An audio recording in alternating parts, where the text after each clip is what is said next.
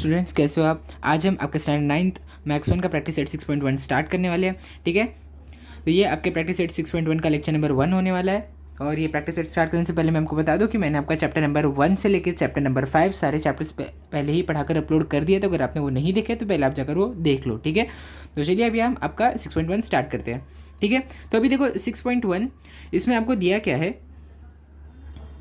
देखो, क्योंकि आपके चैप्टर का नाम ही फाइनेंशियल प्लानिंग है, इसीलिए अभी हम इसमें सारी फाइनेंशियल चीज़ों से हम इसमें देखने वाले कि इंटरेस्ट क्या होता है, प्रिंसिपल क्या होता है, वो सारी चीज़ें हम इसमें देखेंगे। ठीक है, तो देखिए सबसे पहले आपको क्या दिया कि अलका, एक देखो किसी का नाम है अलका, वो अलका की 90% सैलरी जो अलका को मिलती है हर महीने, वो उसमें से सिर्फ 120 रुपये बचाती है और उसकी टोटल 90% जो सैलरी है वो पूरी वो स्पेंड कर देती है। ठीक है, तो अभी चलिए हम देखते हैं यहाँ पे कि लेट द मंथली सैलरी। अभी देखो, अभी हमसे पूछा क्या, अलका की मंथली सैलरी पूछी है, तो अभी हम अलका की मंथली सैलरी को एक्स रुपीज़ मान लेंगे। ठीक है, अभी मान लो उसको एक्स रुपीज़ उसके हाथ में आते हैं हमेशा। ठीक है, अब अलका क्या करती है, अपनी 90% जो उसकी सैलरी होती है उसको वो स्पेंड कर देती है। ठीक है, तो अभी जो अमाउंट वो स्पेंड करती है वो क्या हो जाएगा, 90% ऑफ एक्स। ठीक है, अब जब भी आपको परसेंट हटाना होता है ना, तो आप डिवाइड कर देते हो 100 से। ठीक है, देखो 90% था तो 90 डिवाइडेड बाय 100, क्योंकि मैंने परसेंट का साइन हटा दिया है ना, इंटू एक्स। तो अब ये क्या होगी, जो सैलरी वो स्पेंड करती है वो क्या है, 9x/10 है ना। अब अलका के हाथ में कितने रुपए बचे, 120 रुपये बचे। ठीक है, अब हमें क्या पता है कि जो अलका की जो इनकम है माइनस अलका ने जो एक्सपेंडिचर, यानी कि जो उसने पैसा जो उसने खर्च कर दिया है ना, उसकी सैलरी माइनस खर्च किया हुआ पैसा बता देगा उसकी सेविंग्स। ठीक है, अब उसकी इनकम क्या थी, एक्स थी है ना, और उसका एक्सपेंडिचर क्या था, 9x/10। तो x माइनस 9x/10 इसकी वैल्यू क्या आ जाएगी आपकी, x/10। ठीक है, ये मैं आपको यहाँ पे करके दिखा देता हूँ। ठीक है, देखो अब ऊपर नीचे आप 10 से मल्टीप्लाई कर दोगे तो क्या हो जाएगा, 10x माइनस 9x/10 है ना। अब क्योंकि आपने ऊपर नीचे दोनों 10 से मल्टीप्लाई किया था x को, तो ये हो जाएगा। अब 10x माइनस 9x क्या हो जाएगा आपका, अपॉन 10। ठीक है, ये क्या हो जाएगा, ये हो जाएगा आपका x डिवाइडेड बाय 10। ठीक है, अब x डिवाइडेड बाय 10 हो गया, तो x डिवाइडेड बाई 10 आपके किसके इक्वल आ गया, 120 के है ना। अब 10 को आप इधर लेके चले आओगे तो 120 इंटू 10 क्या देगा, 1200, यानी कि x की वैल्यू कितनी आई, 1200 रुपीज़। ठीक है, x की वैल्यू आ गई आपकी 1200 रुपीज़। तो देयरफॉर अलका की जो मंथली सैलरी थी वो कितनी हो जाएगी, वो हो जाएगी ₹1200। ठीक है, तो यहाँ पे आपका क्वेश्चन नंबर 1 कंप्लीट हो गया। देखो बहुत आसान क्वेश्चन था ये, आप इसको जल्दी से नोट कर लो, फिर हम आपका क्वेश्चन नंबर 2 स्टार्ट करते हैं। तो देखिए आपका क्वेश्चन नंबर 2 देखते हैं। क्वेश्चन नंबर 2 में आपको क्या बोला गया है, एक सुमित नाम का एक आदमी था। ठीक है, उसने कुछ पैसे बोरो किए है ना, यानी कि हो सकता है इसने कहीं से लोन लिया होगा या तो अपनी सेविंग से इसने 50,000 रुपये जमा किए होंगे। ठीक है, अब 50,000 रुपये से इसने एक फूड प्रोडक्ट का बिजनेस इसने शुरू किया। अब जो पहला साल है, पहले साल में इसको 20% का लॉस मिल गया। ठीक है, फिर उसके बाद 20% का जब लॉस हो गया, अब इसके पास कुछ बचे हुए पैसे होंगे, इसने उन बचे हुए पैसों को एक स्वीट्स यानी कि एक मिठाई के बिजनेस में इन्वेस्ट कर दिया, और फिर इस मिठाई के बिजनेस में इसको 5% का प्रॉफिट हुआ है। ठीक है, तो अभी आपसे पूछा है कि इसको प्रॉफिट हुआ या लॉस हुआ, ये आपको पता करना है। ठीक है, और इसकी वैल्यू भी आपको ढूंढनी है। ठीक है, तो चलिए इसको ढूंढते हैं हम। देखो सबसे पहले यहाँ पे क्या आपको देखना है, यहाँ पे कि ओरिजिनल अमाउंट जो सुमित ने बोरो किया था, तो वो हम यहाँ पे लिखते हैं, original capital borrowed by Sumit. अब सुमित ने ओरिजिनल कैपिटल क्या बोरो किया था, ₹50,000। ठीक है, अब इसको क्या हुआ, सुमित को लॉस हुआ 20% का। ठीक है, तो वही हम यहाँ पे लिख लेते हैं।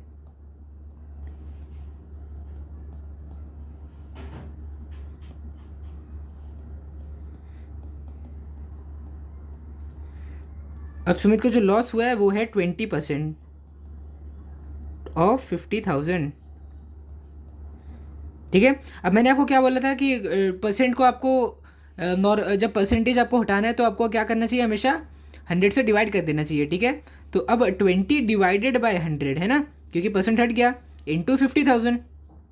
ठीक है, अब देखो यहाँ से एक जीरो कटेगा, यहाँ से 2 जीरो कटेगा। देखो कैसे होगा ये, मैं आपको दिखाता हूँ भी। ये जीरो कटा, ये जीरो कटा, ये जीरो कटा, ये जीरो कटा। ठीक है, अब ऊपर क्या बचा आपका, 20 मल्टीप्लाइड बाय 500। ठीक है, तब ये 20 डिवाइडेड बाई 500 इसकी वैल्यू आपकी क्या आ जाएगी, ₹1,00,000, ठीक है। जब इसको मल्टीप्लाई करोगे तो आपको 1,00,000 नहीं 10,000 मिलेगा आपको यहाँ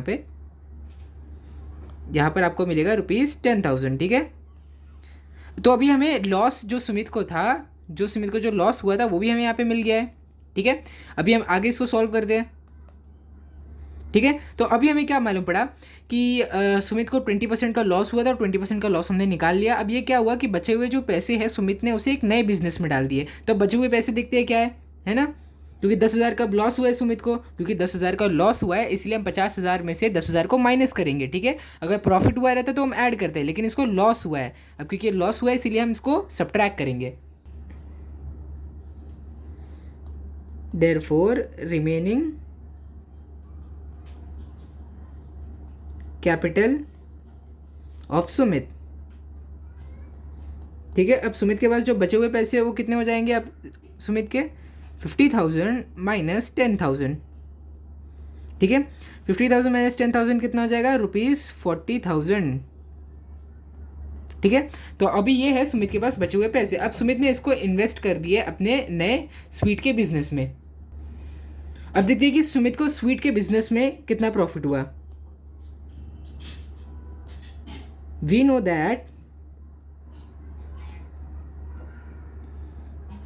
Sumit made a profit of 5% in his new business of sweet.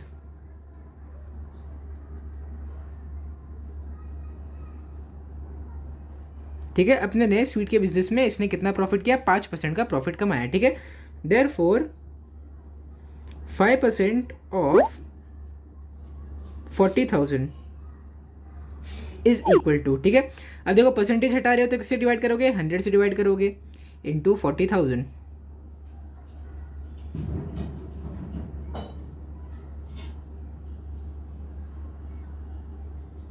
ये क्या हो जाएगा, ये हो जाएगा आपका ₹2,000, ठीक है। ये हो गया आपका। अब देखो यहाँ पे देखो, अब इसको क्योंकि 2,000 रुपये का प्रॉफिट हुआ है इसीलिए हम इस 2,000 को 40,000 में ऐड करेंगे, ठीक है। लास्ट टाइम हमने क्या किया था, माइनस किया था। क्यों किया था, क्योंकि सुमित को लॉस हुआ था 10,000 का, ठीक है। लेकिन यहाँ पे इसको 2,000 का प्रॉफिट हुआ है, ठीक है। तो इसीलिए यहाँ पे हम लिखेंगे देयरफॉर टोटल फाइनल कैपिटल।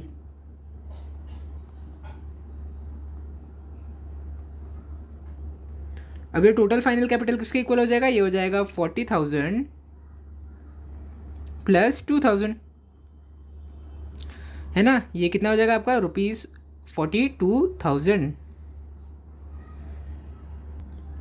अब देखो क्योंकि सुमित के पास एंड पे कितने पैसे बचे, 42,000, और इसने बोरो कितने किए थे, ₹50,000, ठीक है। अब क्योंकि जो लास्ट में इसके पास पैसे बचे वो इनिशियल से कम है। अब क्योंकि सुमित ने पहले जो पैसे इन्वेस्ट किए थे उससे कम पैसे उसे मिले, इसीलिए सुमित को लॉस हुआ है, ठीक है। अब लॉस हुआ है तो हम यहाँ पे लिखेंगे देयरफॉर टोटल लॉस, ठीक है। टोटल लॉस क्या हो जाएगा, original capital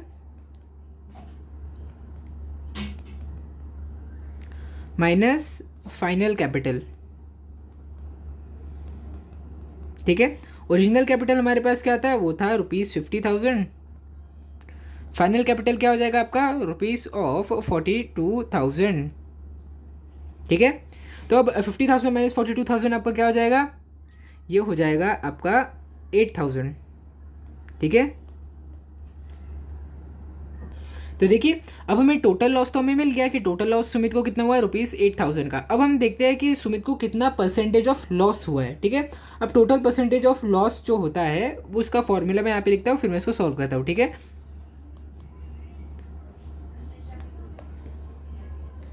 therefore percentage loss, अब परसेंटेज लॉस किसके इक्वल होता है, परसेंटेज लॉस होगा टोटल लॉस, जिसको टोटल लॉस हुआ अपॉन टोटल इनिशियल कैपिटल, ठीक है, इंटू 100। अब ये किसके इक्वल हो जाएगा, देखो टोटल लॉस तो आपको पता है कि 8,000 का है, इनिशियल कैपिटल भी आपको पता है वो है 50,000 का, इंटू 100। ठीक है, अब सारे जीरोस हम काटते हैं यहाँ से।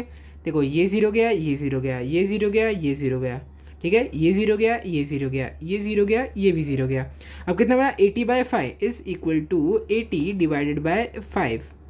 अब जब आप 80/5 करोगे तो आपका आंसर आ जाएगा 16। ठीक है, आपको अगर 16 का टेबल अगर आपको आता हो तो आपको पता होगा कि 16 5 क्या होता है, 80 होता है। ठीक है, देयरफॉर 80/5 हो जाएगा आपका 16। तो देखो यहाँ पे आपको टोटल परसेंटेज लॉस मिल गया। देयरफॉर आप यहाँ पे एक बार वापस लिख लो, percentage loss is equal to 16%। ठीक है, अब यहाँ पे आप फाइनल आंसर आपका लिख लोगे। Therefore Sumit suffered a loss of rupees 8,000 which is a loss of 16% from his original capital। ठीक है, तो इसने ओरिजिनली कितना इन्वेस्ट इसने किया था उसका 16% का लॉस हुआ सुमित को। ठीक है, तो यहाँ पर हमारा ये क्वेश्चन पूरा कंप्लीट हो गया। आप इसको अच्छे से नोट कर लीजिए, फिर हम आपका अगला क्वेश्चन स्टार्ट करते हैं। ठीक है, तो देखो ये है फर्स्ट हाफ और ये है सेकंड हाफ। ठीक है, तो देखो यहाँ पे इस क्वेश्चन में आपको क्या दिया है, निखिल। तो देखो निखिल एक आदमी है, वो क्या करता है, निखिल को एक मंथली फिक्स्ड सैलरी मिलती है। ठीक है, निखिल की एक मंथली सैलरी है। अब क्या होता है, उस सैलरी में से 5% जो है, निखिल अपनी सैलरी का 5% अपने चिल्ड्रन की एजुकेशन पे लगा देता है, यानी कि उनकी स्कूल की फ़ीस, ट्यूशन की फ़ीस और जो भी कुछ उनकी एजुकेशन का खर्चा आता है वो अपनी सैलरी के 5% में उनका पूरा काम कर देता है। ठीक है, और उसके बाद अपनी सैलरी का 14% वो शेयर्स में इन्वेस्ट कर देता है। शेयर तो आपको पता ही होगा ना, स्टॉक मार्केट में इन्वेस्ट कर देते हैं। स्टॉक मार्केट में जब आप अपने पैसे इन्वेस्ट करते हो तो वो कंपनी के ऊपर डिपेंड करता है। अगर कंपनी को प्रॉफिट हुआ तो आपके पैसे बढ़ जाएंगे, अगर कंपनी को नुकसान हुआ तो आपके पैसे घटेंगे। ठीक है, तो ये जब आप बड़े होगे तो आपको और अच्छे से समझेगा कि शेयर्स क्या होते हैं। ठीक है, तो अभी के लिए आपको बस इतना समझना है कि 14% जो निखिल है अपनी सैलरी का वो शेयर्स में इन्वेस्ट कर देता है। अब इसके बाद अपनी सैलरी का नेक्स्ट 3% जो निखिल है वो बैंक के अंदर इन्वेस्ट कर देता है। अब उसके बाद जो उसकी सैलरी बची है, उसकी सैलरी का 40% वो अपनी डेली एक्सपेंसेस में, यानी कि घर के खर्चे में। अब घर के खर्चे में क्या आ जाएगा, देखो लाइट बिल हो जाएगी, फिर घर का राशन हो जाएगा, घर का मेंटेनेंस हो जाएगा, जो भी सारी चीज़ें हैं वो सारे घर के एक्सपेंसेस में 40% ऑफ सैलरी निकल के चली जाती है। ठीक है, अब देखो सब कुछ निकालने के बाद निखिल के पास कितना अमाउंट बच रहा है, ₹19,000। ठीक है, अब निखिल के पास सब कुछ देखो 5% अपने बच्चों के लिए डाल के, 14% शेयर मार्केट में डाल के, 3% बैंक में डाल के, 40% डेली इनकम में डाल के, सब कुछ करके निखिल के पास हाथ में कितने पैसे बच रहे हैं, ₹19,000। और आपको क्या पूछा है, निखिल की इनकम पूछी है। ठीक है, तो देखो अब सबसे पहला स्टेप हमारा क्या होगा, हम यहाँ पे लिखेंगे सोल्यूशन। अब सोल्यूशन में सबसे पहली चीज़ आप क्या लिखोगे, लेट। अब हम किसको एज्यूम करेंगे, निखिल की जो मंथली सैलरी उसको हम एक्स एज्यूम कर लेंगे। ठीक है, let the monthly salary of Nikhil be ₹X। ठीक है, तो ये था सबसे पहला इनिशियल एजम्पशन जो आपने कर लिया। ठीक है, अब देखो क्या होगा, Nikhil spends 5% of his salary on his children's education,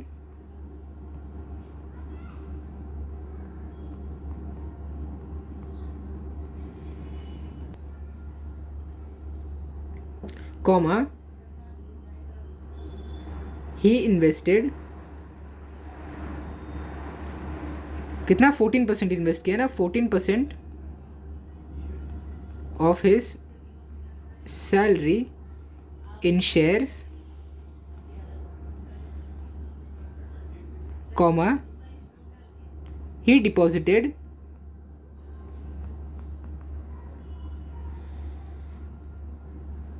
3%, percentage का साइन बाद में आएगा, 3% ऑफ हिज सैलरी, मैं इसको एक लाइन लीव करके कह देता हूँ, ठीक है, क्योंकि ताकि अनटाइडी ना लगे देखने में।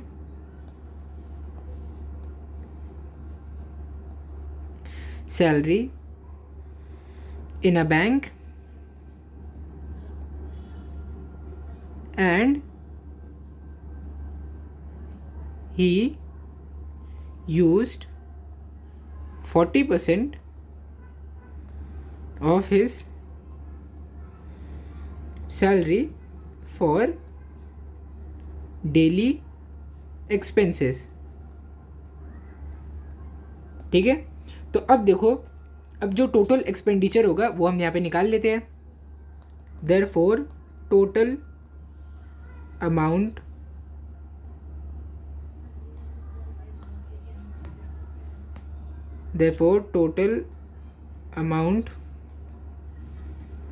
of salary spent is equal to, total amount of salary जो स्पेंड हुई है वो किसके इक्वल हो जाएगी, वो हो जाएगी 5% प्लस 14% प्लस 3% प्लस 40%, किसका, ऑफ एक्स, ठीक है।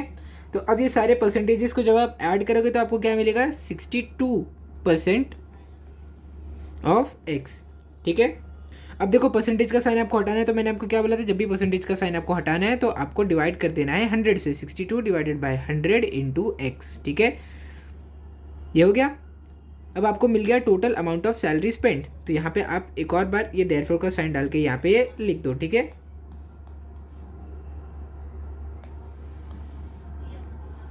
Total amount of salary spend is equal to 62 into x divided by 100, ठीक है। देखो अब हमें एक और चीज़ हमें क्वेश्चन में पहले से गिवन थी, और वो चीज़ क्या गिवन थी, निखिल की saving, Nikhil's savings is equal to rupees of 19,000। Therefore आप यहाँ पे क्या करोगे, savings is equal to income minus expenditure, ठीक है। देयरफॉर सेविंग्स कितनी है, वो है रुपीज 19,000। इनकम हमने पहले ही एज्यूम कर दी थी, वो क्या थी, एक्स, माइनस एक्सपेंडिचर क्या है आपका 62x डिवाइडेड बाय 100, ठीक है। अब देखो, अब क्योंकि यहाँ पे डिनोमिनेटर में कुछ भी नहीं है यानी कि 1 है और यहाँ पे 100 है, तो यहाँ पे आपको ऊपर नीचे दोनों जगह 100 से मल्टीप्लाई करना पड़ेगा, ठीक है। देयरफॉर ये क्या हो जाएगा, जब आप ऊपर नीचे देखो 100 से मल्टीप्लाई करोगे तो देखो क्या हो जाएगा, ये 100x, देखो खाली जहाँ जहाँ मैंने मल्टीप्लाई किया वहाँ वहाँ मैं रेड कलर से लिख रहा हूँ ताकि आपको अच्छे से समझे कि कहाँ पे मैंने 100 लिखा है, कहाँ पे नहीं लिखा है, ठीक है।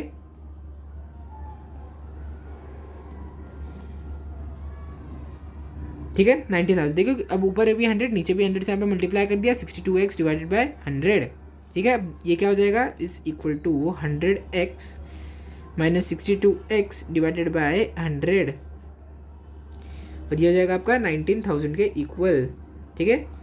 देयरफॉर अब देखो ये जो 100 है वो यहाँ पे जाके मल्टीप्लाई हो जाएगा, है ना, डिवीजन से मल्टीप्लिकेशन में चले जाएगा। 19,000 into 100 is equal to 100x minus 62x। देखो 100 माइनस 62 तो आपको पता है वो क्या होता है आपका 38, है ना, 38x, ठीक है।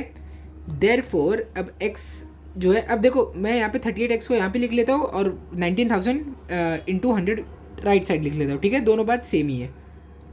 38x is equal to 19,000 multiplied by 100। अब देखो, अब क्योंकि हमें x की वैल्यू चाहिए तो हम क्या करेंगे, 19,000 मल्टीप्लाइड बाय 100 डिवाइडेड बाय 38 कर दोगे आप, ठीक है। अब आप देखोगे कि देखो 19 और जो 38 है दोनों एक दूसरे के टेबल में जाते हैं, 19 1 ज़र 19, 19 2 ज़र 38, ठीक है। सो देयरफॉर यहाँ पे आप क्या करोगे, यहाँ पे आप 19 2 ज़र 38 होता है, 19 1 ज़र 19 होता है, 19 0 0 0, ठीक है। तो आपको क्या मिलेगा, 1000 इंटू 100 डिवाइडेड बाई 2। अब देखो 100 के टेबल 2 के टेबल में 100 भी जाता है, देयरफॉर 2 1 ज़र 2 और 2 50 ज़र 100, ठीक है। तो अब आपका क्या आ गया, x is equal to 1000 into 50। अब 1000 इंटू 50 क्या हो जाएगा आपका 50,000, ठीक है। तो यहाँ पे आपको x की वैल्यू मिल गई और x क्या थी, x थी निखिल की इनकम। और हमसे क्वेश्चन में आखिर में पूछा गया था निखिल की इनकम ही पूछी थी और हमें निखिल की इनकम मिल चुकी है। ये कितनी है, रुपीज़ ऑफ 50,000। तो फिर यहाँ पे आप अपना एक फाइनल स्टेटमेंट लिख सकते हो, वो क्या होगा, देयरफॉर निखिल्स मंथली इनकम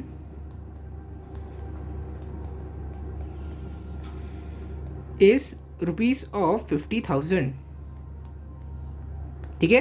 तो यहाँ पे हमारे पूरा क्वेश्चन कंप्लीट हो गया है, क्वेश्चन नंबर 3।